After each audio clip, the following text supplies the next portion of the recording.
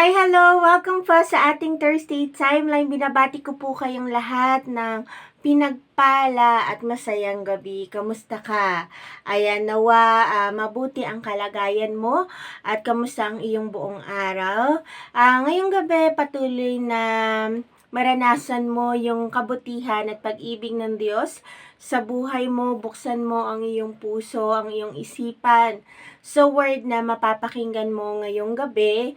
At syempre, i-share mo na ito sa inyong Facebook wall, sa mga kaibigan ninyo, mahal nyo sa buhay, mga kaklase, katrabaho, para marami ang maabot at mapalakas ng salita ng Diyos. At pwede po tayong mag-comment po sa ating comment box below kung tayo ay nag-agree yan sa mapapakinggan natin ngayong gabi. At bago po ang lahat, magbukas po ako sa panalangin. Dakilang Diyos Ama, maraming salamat sa gabing ito. Patuloy na wini-welcome po namin ang iyong presensya sa aming kalagitnaan. O God, Lord, ikaw po yung mag-speak para sa akin, O God, at patuloy, O God, yung word mo, O God, ay mag-manifest, O God, sa buhay ng bawat taong nakikinig sa oras na to, Panginoon, O God. Lord, pagpalain mo po ang buong gabing ito, Panginoon, at dalangin ko patuloy, O God, na mag-arise ulit yung love po namin, O God, para sa inyong harapan. Maraming salamat in Jesus' name. Amen and amen. So good evening again everyone. At ang ating verse ngayon ay makikita sa Psalm chapter 73 verse 26 at sa Tagalog ay awit or salmo. Sabi po dito, "My flesh and my heart may fail, but God is the strength of my heart and my portion forever." Praise God.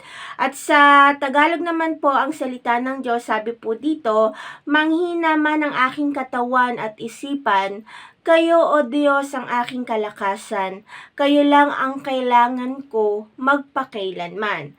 At basahin ko naman siya sa mga magandang balita. Sabi po dito, "Puso't ko't kaluluwa kung nanghihina man, ang Diyos ang lakas kong tanging kailangan."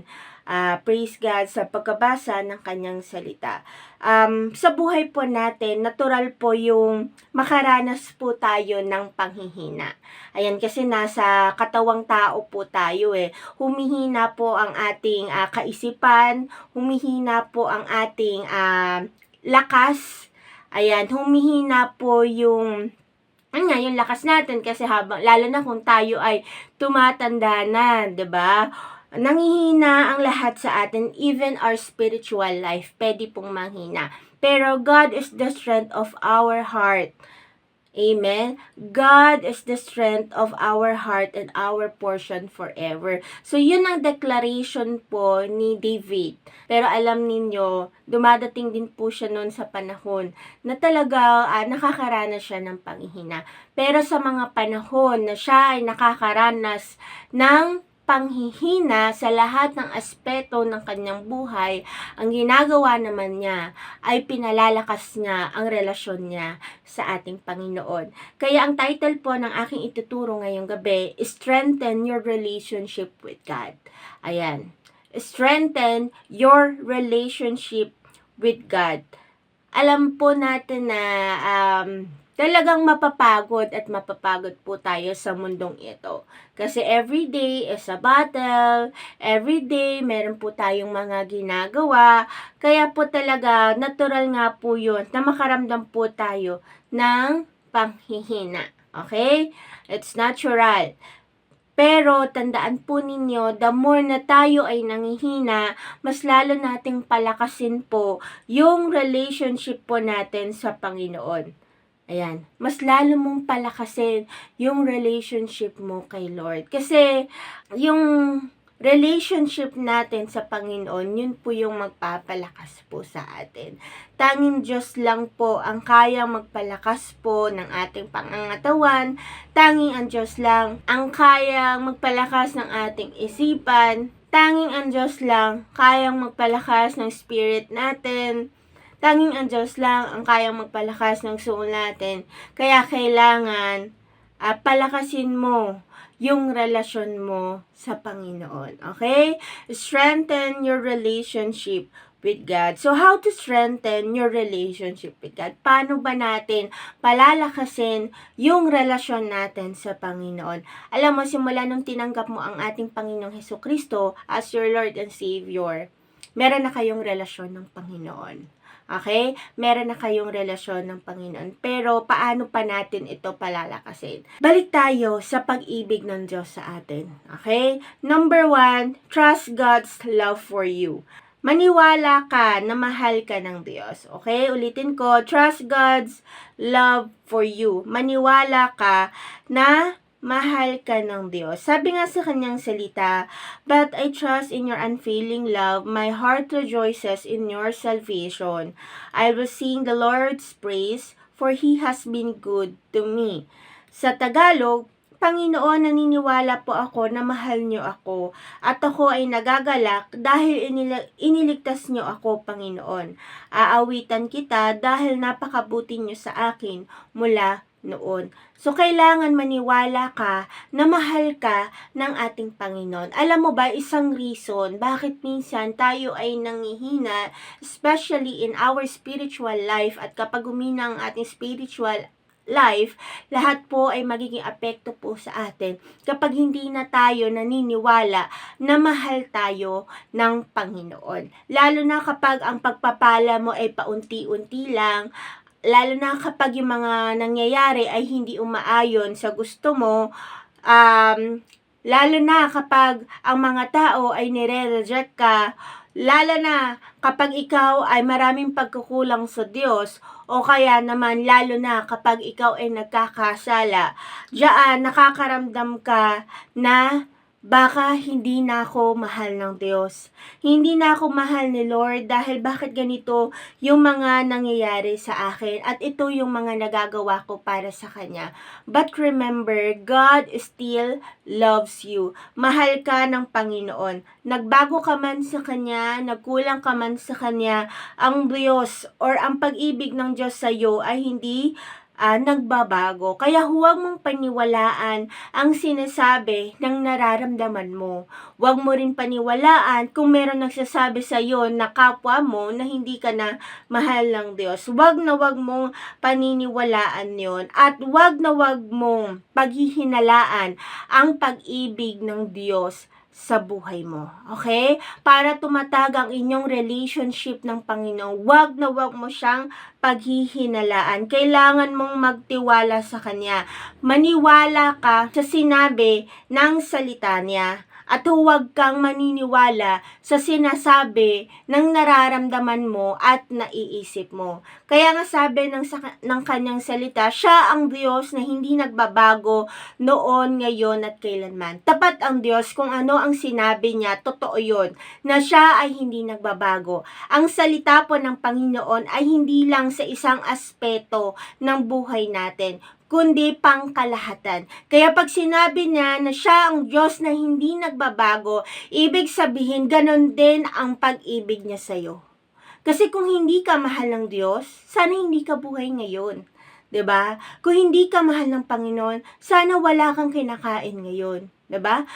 Kung hindi ka mahal ng Diyos, hindi mo nararanasan yung mga meron ka ngayon. Hindi lahat po ng mga negatibong nangyayari po sa atin ay galing po sa Panginoon. Minsan ito ay galing din po sa sarili po nating kagagawan. Pero hindi po dahil nagkamali po tayo at nagkasala po tayo ay hindi po tayo mahal ng Diyos. Kaya paniwalaan mo na mahal ka ng Diyos. Magtiwala ka sa Kanya. Magtiwala ka sa Panginoon. Wag na wag kang maghihinala sa Panginoon. Okay? 'Di ba sa isang relasyon tumatatag yan kapag meron kayong tiwala sa isa't isa. Kaya ganun din ang gawin mo sa Panginoon. So trust God's love for you. Pangalawa, dahil naniniwala ka, nagtitiwala ka na sa pag-ibig ng Diyos sa iyo, stay in God's love. Ayan, stay in God's love. Manatili ka sa pag-ibig ng Diyos. Sabi sa kanyang word sa Jude chapter 1 verse 21, keep yourselves in God's love as you wait for the mercy of our Lord Jesus Christ to bring you to eternal life. Manatili kayo sa pag-ibig ng Diyos habang hinihintay ninyo ang buhay na walang hanggan na ibibigay ng ating Panginoong Hesukristo dahil sa awa niya sa atin. Manatili ka sa pag-ibig ng Diyos. Okay? Kahit na hindi mo gusto yung mga nangyayari sa iyo ngayon, may mga pinagdadaanan ka, manatili ka pa rin sa pag-ibig ng Diyos. Huwag na huwag kang aalis. Huwag na huwag kang makikipag-break kay Lord. Ayan. Or wag mong be-breakan si Lord. Huwag kang makikipag-break up kay Lord. Dapat nandyan ka. Diba sa lahat ng relasyon, laging merong pinagdadaanan. Okay? Lahat. Hindi lang sa mag-asawa, hindi lang sa mag-partner, hindi lang sa magkaibigan. Sa lahat. Pero hindi po solusyon ang umalis. Diba? Hindi solusyon na putulin ang isang relationship kung gusto mong magtagal. Ganun lalong-lalo na sa ating Panginoon. Hindi reason dahil may mga nangyayaring ganito sa buhay natin, ay mawawala na tayo sa pag-ibig natin sa Panginoon. Kapag nakaramdam tayo ng panghihina, umaalis tayo sa pag-ibig ng Diyos eh. Diba? Nagkakaroon tayo ng ganong isipan, alis na lang kaya ako, alis na lang kaya ako sa church, alis na lang kaya ako. Pero tandaan mo, wag na wag kang aalis.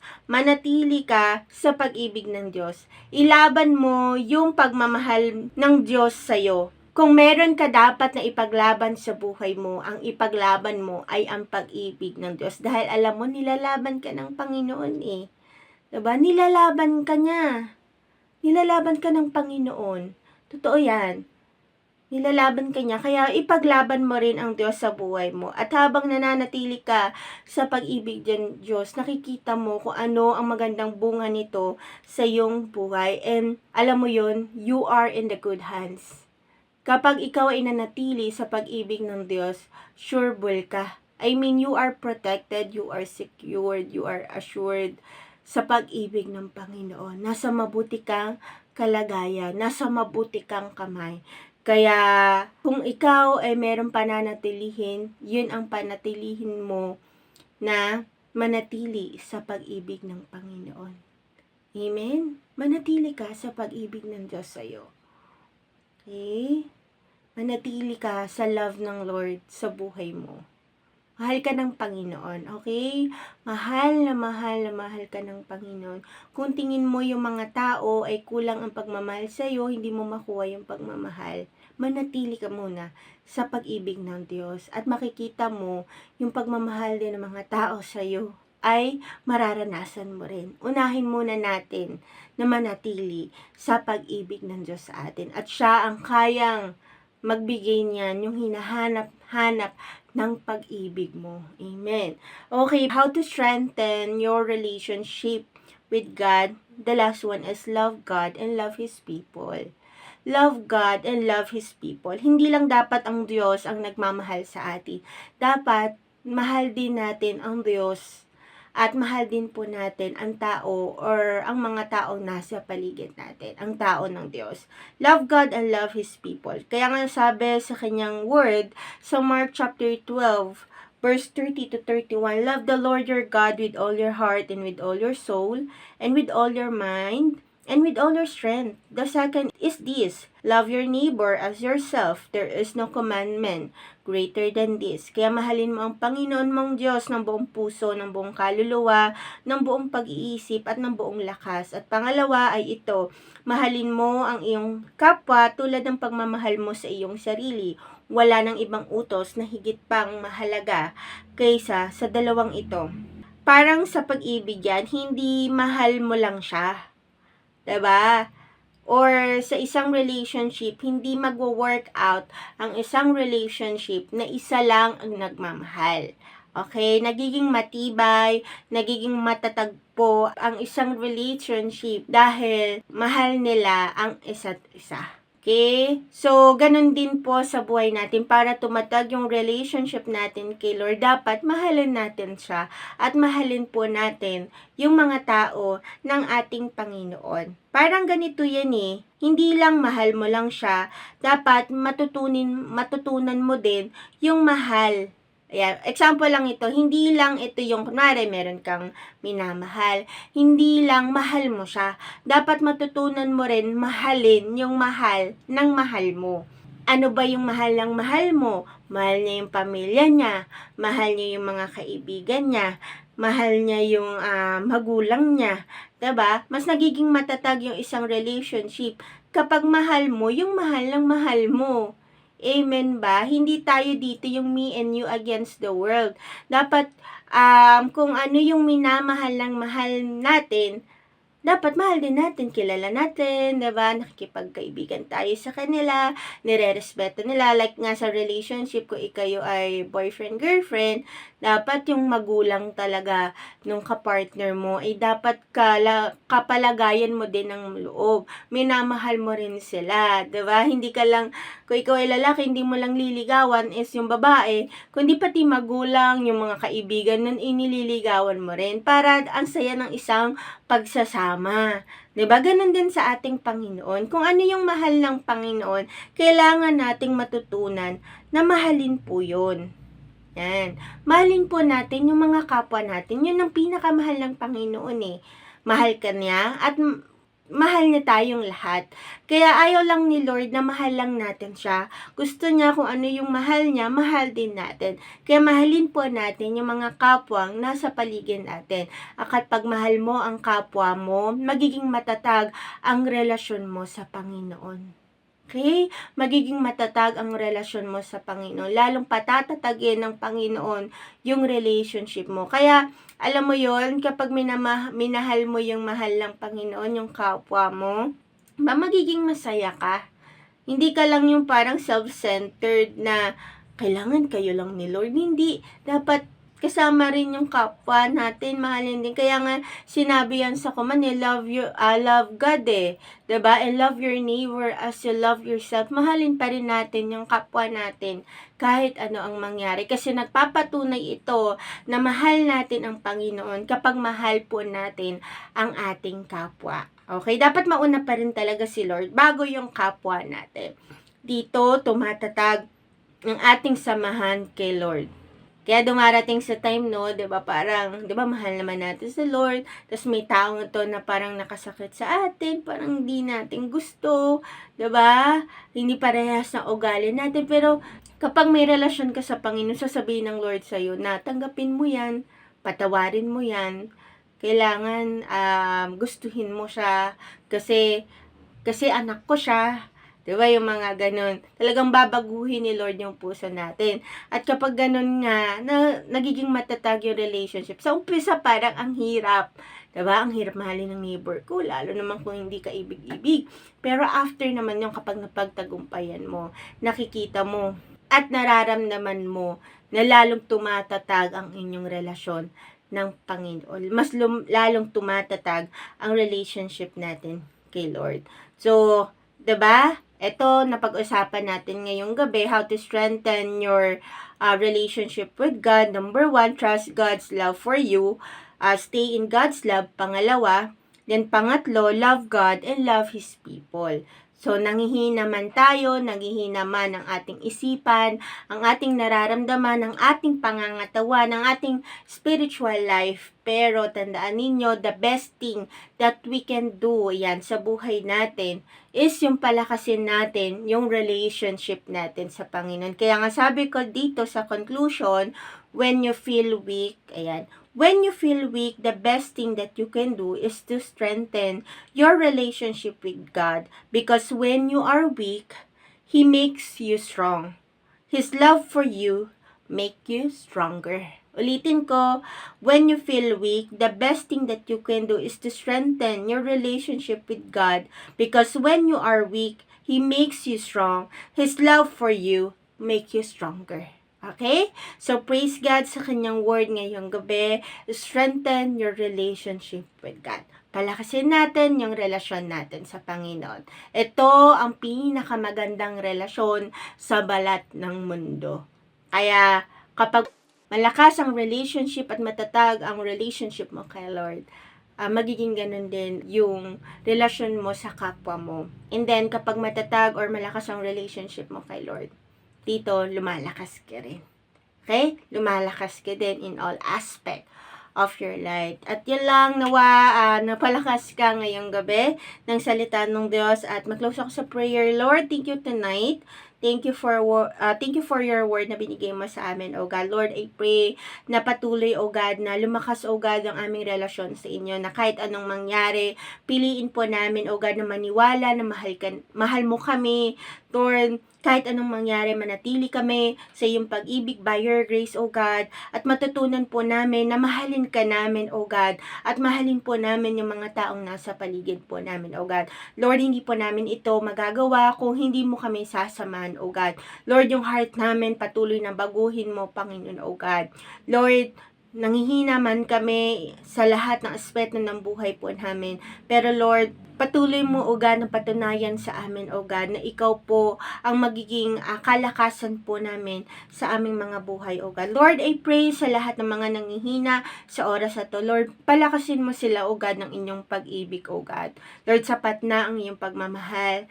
Sapat na maramdaman namin na mahal mo kami, Panginoon, para kami muli lumakas, patuloy kaming sumigla, O God. Salamat po. Salamat, O God, sa mga taong nakinig ngayong gabi. Continue to bless their life, O God, in Jesus' name.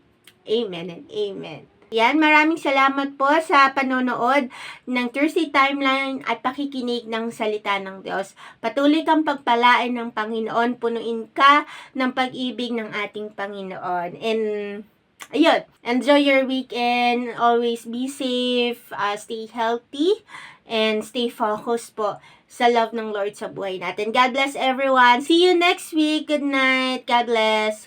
Bye.